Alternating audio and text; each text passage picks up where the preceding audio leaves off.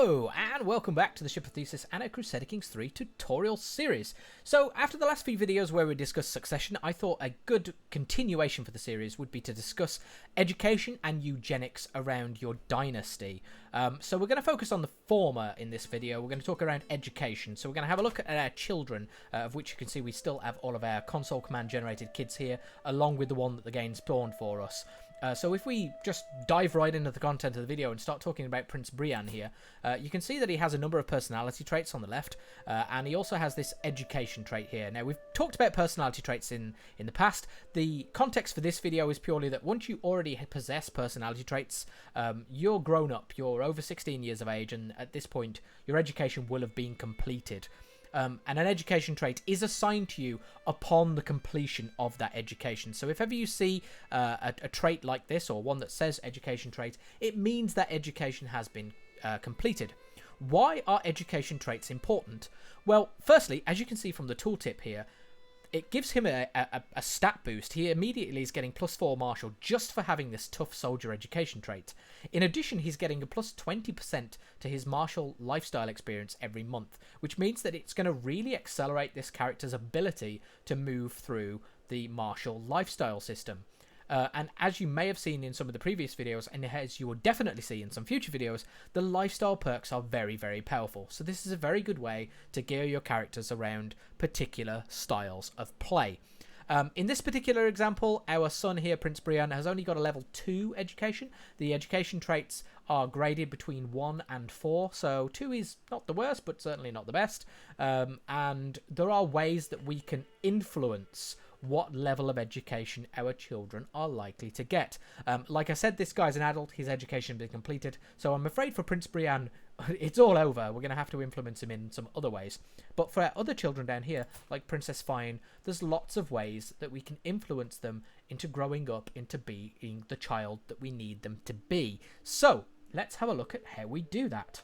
First up, we notice that she's a mere 0-year-old. She's got nothing but a pitiful 1 in learning because she hasn't had any chance to really gain any stats yet.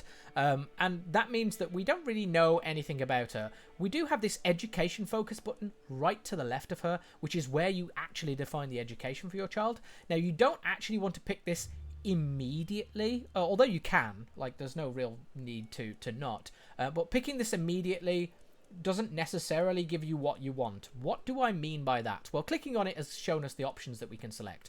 We can select intrigue, martial, stewardship, learning, and diplomacy. So basically the 5 stats. And this influences how they're going to grow and develop. It's all dice roll based, and there's various modifiers that go into this. I'm not going to go too heavily into the math side of things because, to be honest, there's a lot to consider, and in general, there's a few core rules that will pretty much get you what you want without having to worry about all the numbers under the hood.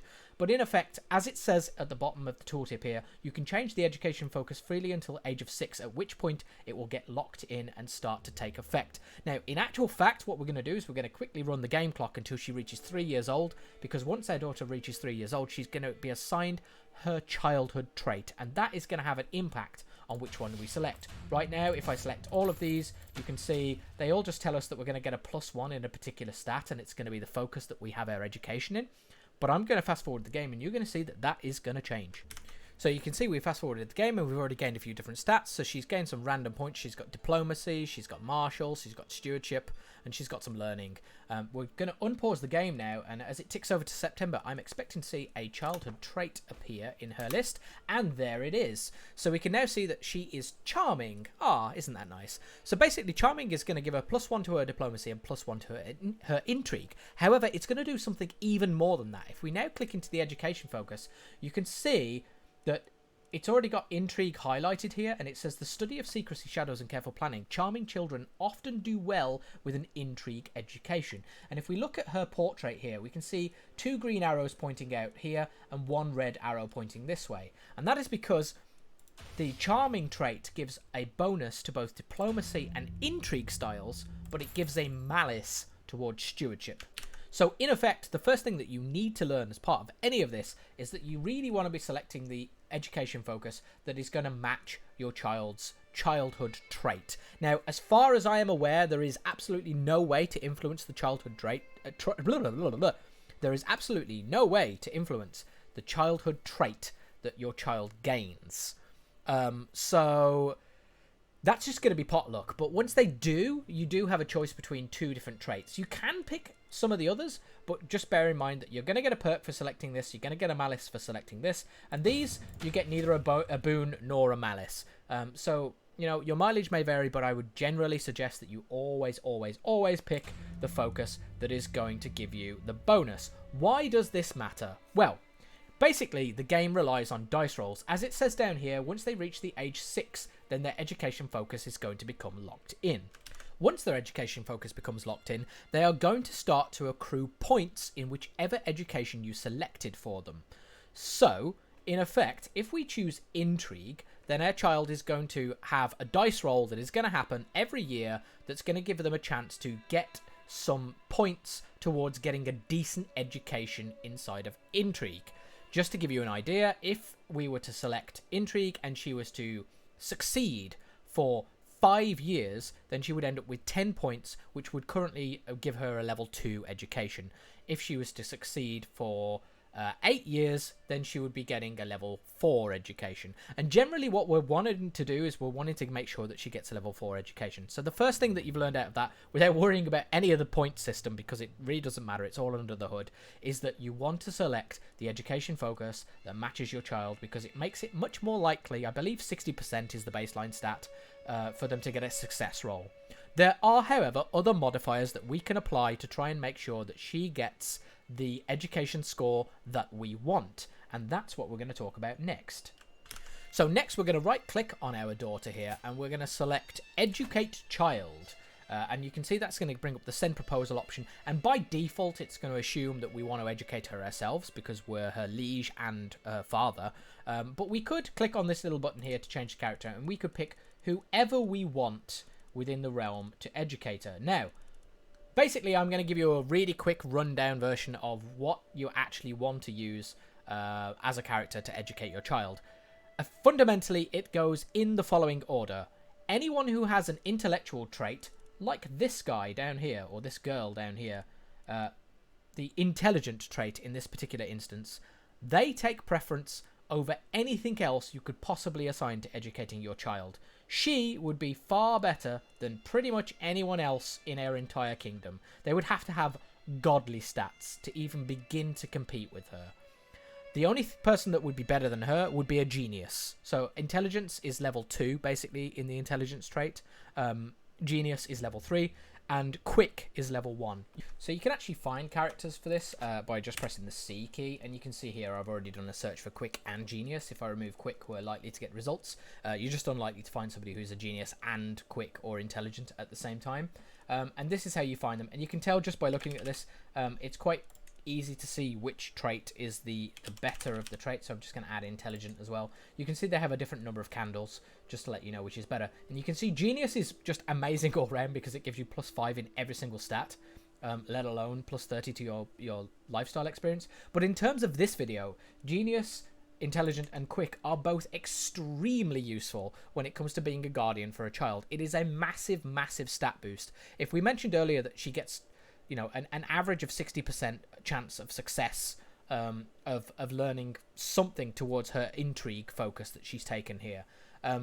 By having a guardian with the genius trait, she would get a flat 20% extra score on top of that. So she's very, very likely with somebody with a genius trait to actually get a good education.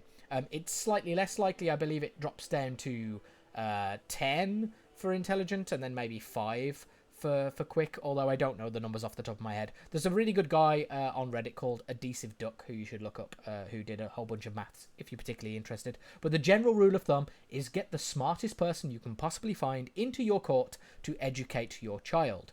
If you can't get someone with one of those stats, or one of those traits I should say, then the next thing to focus on is the stat that you want. In this case, we want her to be trained in intrigue, so we want someone who has a very good intrigue stat. That will help her to become much better at intrigue. If we can't get somebody who's got a very good intrigue stat, the next thing that we can rely on is her learning stat. Now, there is a little bit of a caveat to this. If we select ourselves, for instance, there's a rule of thumb that we can use to try and work out who is the best guardian to pick when there's a differentiator between intrigue and, between the stat that you want, the main stat, and the learning stat. And basically, that rule of thumb is pick your main stat, so in this case, intrigue, and double it, and then add it to your learning stat. So in the case of King Murchad here, we take 7, we double it to get 14, and we add our learning stat to get 19 overall. If we were to pick someone else in our realm, let's say our son, for instance, we take his intrigue stat, we double it to 8, and we add his learning of 0, we can tell that King Murchad was a much better choice. The reason that this matters is, let's say that our son actually had a 21 in learning, then he would actually be a better choice, even if he had a 0 in intrigue, than we would be, because 7, 7, 14 plus 5 is 19. So basically you're looking for the bigger number overall. But all of that completely pales in comparison to someone who has the genius, which just gives a flat plus 20. So you absolutely want people with the intelligence stat first, then the best primary stat, then the best learning stat. And in general, somebody who's a genius, as you saw earlier, is getting plus 5 to all their stats anyway, so they're probably pretty good, even if they got poor dice rolls when they were growing up for the primary stat of your choice. So that's generally your rule of thumb. Like I said, I'm going to reiterate it just to make it abundantly clear. I might even put it up in text on the screen. The first number one thing that you want beyond anything else when you are educating your children is to pick the focus that matches their childhood trait. The second thing is to make sure that they are being educated by someone who is a genius, intelligent or quick. Genius if possible. The third is to pick the primary stat, which is the one that matches the education that you want them to gain. And the fourth is learning, the only caveat being where the learning is sufficiently high that it eclipses the primary stat. So hopefully all of that makes sense. If you're doing all of those things, then you're influencing your child in a way that they're going to get a very good education. Now, the last thing that is worth mentioning is that when you decide to make your child a ward of yourself, which we're going to do right now, we're just going to send proposal and make her our ward, you get the option to influence that child's traits, not their childhood trait. Like I said at the beginning, that's randomly generated. You get to influence their personality traits. So if you look, these are our personality traits, and we might have certain options within like events that will fire to impose our personality traits over the ones that she develops. Now, depending on what traits you've got, or indeed the traits of the guardian that you assign have got, that could be good or bad. The main difference being, if you do this yourself, if you assign her to yourself, then you will get direct control over whether she does or does not take those traits. If you assign her to a guardian, the game will decide whether or not that character imposes their traits or not. So if you want absolute finite control, you need to put it in control of your player character. Otherwise, it will be determined by whoever you give them. So there's a definite impact of if you care about what personality traits they end up with, give them a guardian that has all of the aforementioned benefits of being a genius and having good stats, but also has personality traits that you approve of where possible. So that's pretty much all the information I think you need in terms of educating your children. As a kind of last example of that, I'm just going to run the clock in the game. In fact, I'm going to do a console command to make King Murchad here a genius. We've already assigned Princess Fine to be his ward. We're going to run the clock until she starts to generate a few traits, until a few events fire, and until she completes her education. So for you, this is going to take a few seconds, but for me, I'm going to run the clock. So see you in just a moment. Okay, so this is the example I was alluding to. So she's now 9 years old, and you can see that she has gained the trait Shy. So that is a personality trait that will stick with this character as she reaches adulthood. But because we are her guardian, we have had a direct influence on her ability to gain this trait. So it says the important thing is that the guests knew that you were there. Doing that would make her keep Shy, which is not a bad trait. It gives her hostile scheme resistance plus 15. So that kind of plays towards our intrigue character. Or we could gain some stress ourselves to make her impatient, which is imposing one of our traits. So if we click on ourselves, we have temperate, wrathful, impatient.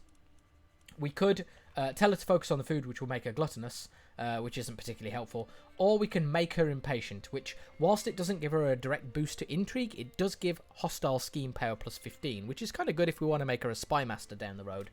So I'm going to say, if it was a chore, then you should simply have left.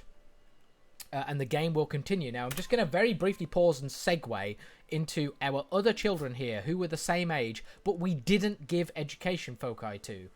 So you can see this child has a bossy childhood trait, which is martial or stewardship, and the game has automatically assigned the education focus of stewardship to her. So when she reached 6 years old, the game's basically picking for all of these kids what their education focus should be, because we didn't bother to do so.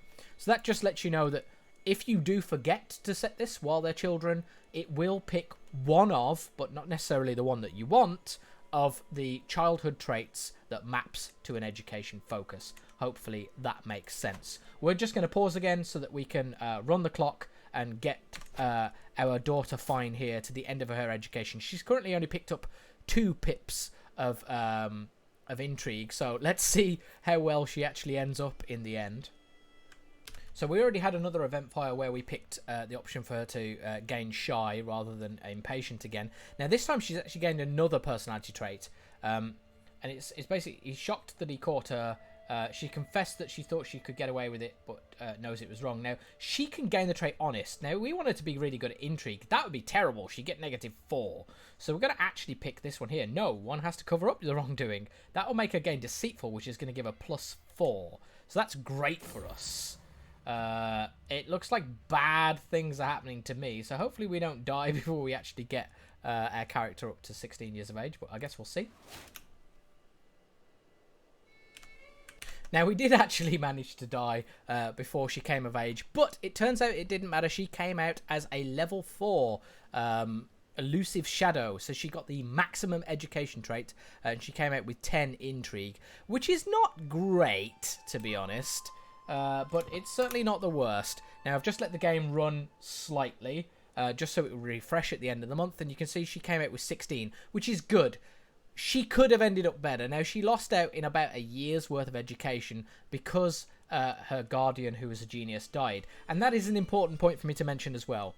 Each year that this tick happens, having the best possible guardian you can assign really is fundamental.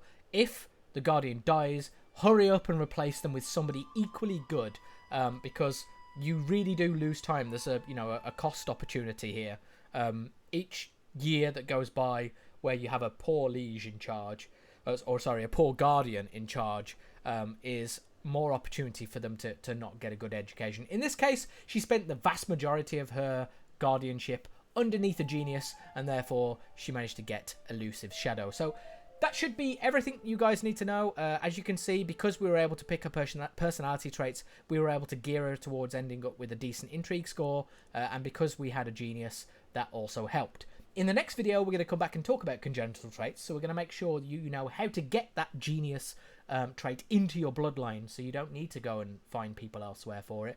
But that's for another video. Hopefully you guys enjoyed this one. Like, comment, subscribe if you did, and I will see you guys next time.